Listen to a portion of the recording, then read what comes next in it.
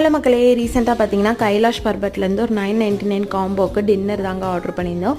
இதில் 2 starter, 3 gravy, 2 main dish, ஒரு dessert, இது எல்லாமே சேர்த்து டோட்டலாக 999.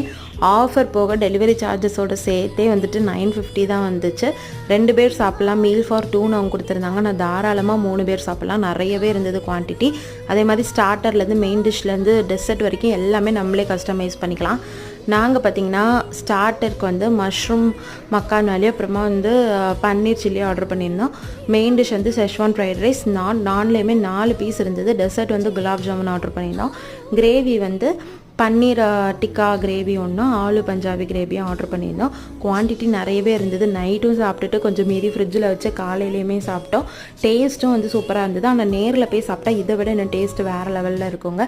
நீங்களும் ஏதாவது ஒரு சூப்பரான நார்த் இந்தியன் டிஷ் சாப்பிடணும் அப்படின்னு உங்களுக்கு கிரேவிங்ஸ் இருந்துச்சுன்னா மறக்காமல் கைலாஷ் பர்பட்டில் ஆர்டர் பண்ணி சாப்பிடுங்க. இன்னொரு vlogல மீட் பண்ணலாம்.